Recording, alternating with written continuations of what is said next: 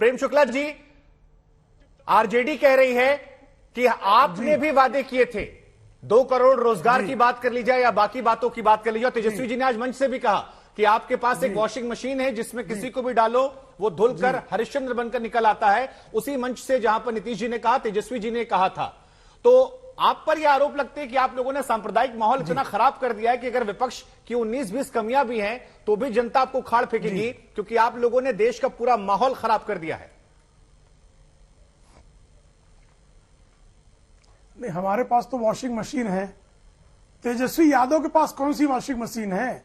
जो तेजस्वी यादव चुनाव के समय नीतीश कुमार जी को पानी पी पी के गरिया रहे थे, आजकल उनके चरण जो हैं क्यों छू रहे हैं? चरण रज में उनको पवित्रता क्यों दिख रही है?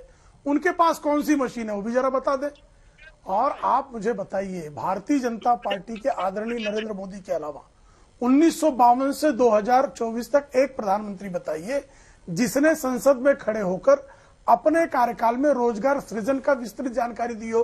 2018 में संसद में खड़े होकर श्रीमान नरेंद्र मोदी जी ने प्रधानमंत्री के रूप में 4 वर्षों में रोजगार सृजन की पूरी जानकारी दी थी। आज भी हम रोजगार सृजन की पूरी ईपीएफओ में कितनी नौकरियां सृजित होती है वो तो सबसे सामने आंकड़ा है। ईएसआई की नौकरियां सबके सामने आंकड़ा है, किसी से छिपा हुआ आंकड़ा नहीं है। अभी 1 लाख नौकरियों की बात की मृत्युंजय भाई ने। 1 लाख नौकरियों का डाटा बता देना, मैं चुनौती देता हूं। 1 लाख सरकारी नौकरियां अगर बिहार में पिछले 6 महीनों में हुई हो, ये डाटा दे नहीं दे सकते। ये डाटा किस विभाग में कितनी नौकरियां हुई, एक दिन नहीं, मैं इनको 1 सप्ताह का समय देता हूं। सप्ताह भर बाद भी अगर आपको उसकी सूची ये भेज सके तो मैं मान जाऊंगा। अब रही विपक्षी एकता की बात और सांप्रदायिकता प्रेम शुक्ला जी, आप मुझे बताइए ना, बिहार में सांप्रदायिक क्वेश्चन आपसे ये भी है कि वादा तो आप लोगों ने भी किया था सर, 2022 में किसानों की नौकरी आमदनी जो है, आप ही बोलिएगा सर। सभी नाराज हो रहे हैं सर, लेकिन काउंटर क्वेश्चन काम है मेरा। 2022 में आप लोगों ने कहा था किसानों की आमदनी दुगनी हो जाएगी, 2 करोड़ नौकरियों का जिक्र आप लोगों ने भी किया था। तो क्या आप डेटा कह सकते हैं दावे के साथ कि आप लोगों ने अमल कर दिया? 2022 में आमदनी दुगनी हो गई? हम निश्चित तौर पर बहुत सारे क्षेत्रों में हुई है, बहुत बाकी भी रह गई है। अगर कोरोना का काल नहीं आया होता तो आमदनी दुगनी होने की स्थिति होती। आप जो है एमएसपी देख लीजिए ना, अधिकांश चीजों की एमएसपी 75%, 80%, 90%। मैं भी त्रिपुरा गया था, त्रिपुरा राज्य में किसानों की आमदनी दुगनी हो गई है। ये कि त्रिपुरा के किसानों के पास सामने है। ऐसे बहुत सारे राज्यों में दुगनी होने की स्थिति है। अभी रोटी कपड़ा और मकान तो महात्मा गांधी का वादा था।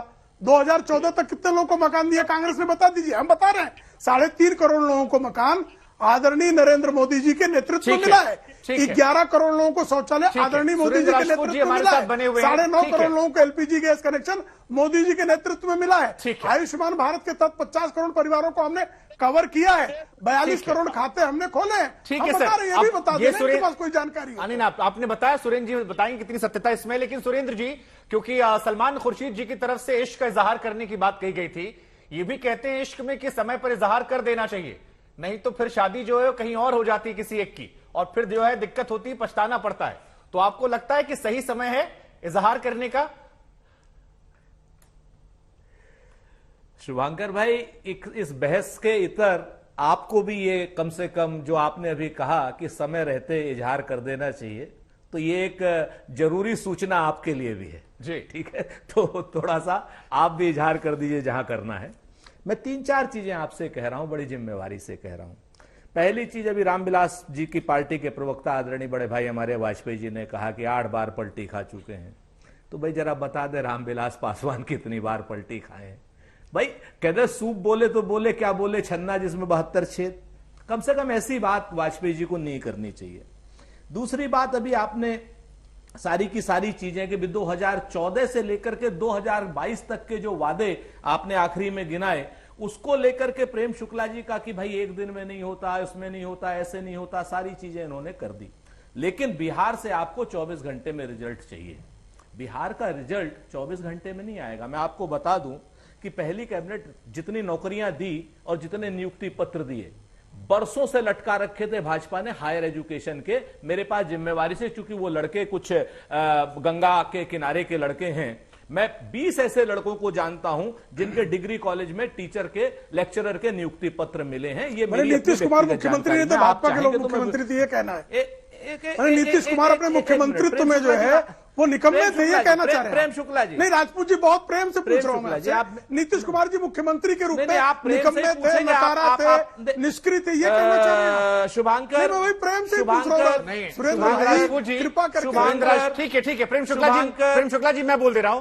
सुरेंद्र जी आप अपना जवाब दीजिएगा। बस वो ये कह रहे हैं कि 17 सालों से नीतीश कुमार जी वहां मुख्यमंत्री थे, तो क्या आप उन्हीं पर निकम्मेपन का आरोप लगा रहे हैं कि सब होल्ड पे रखा था और अब तेजस्वी जी के आने से वो बदल गया है, नीतीश जी नहीं कर रहे थे, वो ये कह रहे हैं।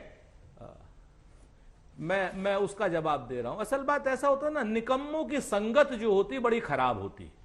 ये हमेशा ये संगत जो है, कभी निदा का वो शेर सुनिएगा कि जैसे मिलकर राम से मीठी हो गई धूप। अगर आप कहते ना कि अच्छी संगत देखकर संगी बदले रूप, और जैसे मिलकर राम से मीठी हो गई धूप, जैसे ही संगत बदली है तो निश्चित तौर पर जनता के मुद्दे सामने आने लगे हैं। और इनकी जो संगत जैसी थी सांप्रदायिकता की, जिसके विरोध में हमें भारत जोड़ो यात्रा निकालनी पड़ी, वो अपने आप में शामिल है। अब आपने कही थी सारी बात कि साहब कब होगा, कैसे होगा, और भारतीय जनता पार्टी तो बड़ी मजबूत है। तो आपने शेर की बात कही थी, तो शेर ही सुना देता हूं कि जब कश्ती साबित व सालिम थी, साहिल की तमन्ना किसको थी। अब ऐसी शिकस्ता कश्ती में साहिल की तमन्ना कौन करे। जिस शिकस्ता कश्ती को एक एक करके इनके सारे साथी, कश्मीर से लेकर कन्याकुमारी तक, पोरबंदर से लेकर के और अगरतला तक इनके साथी भारतीय जनता पार्टी के छोड़ते जा रहे हों, उसको लेकर के प्रेम शुक्ला जी डूबती कश्ती को प्रेम शुक्ला जी बड़ी बहादुरी से बचा रहे हैं। अगर प्रेम शुक्ला जी आज हमारे साथियों के साथ में होते तो राज्यसभा में बैठे होते, भले इंसान, लेकिन अब ये भाजपा में चले गए। ठीक है, मैं अरविंद वाजपेयी जी छोटा सा रिएक्शन आप दे दीजिए क्योंकि आपका कटाक्ष हुआ था। अरविंद वाजपेयी जी, मैं अनुराग जी आ रहा हूं आपके पास में। एक बार अरविंद जी से रिएक्शन ले लूं।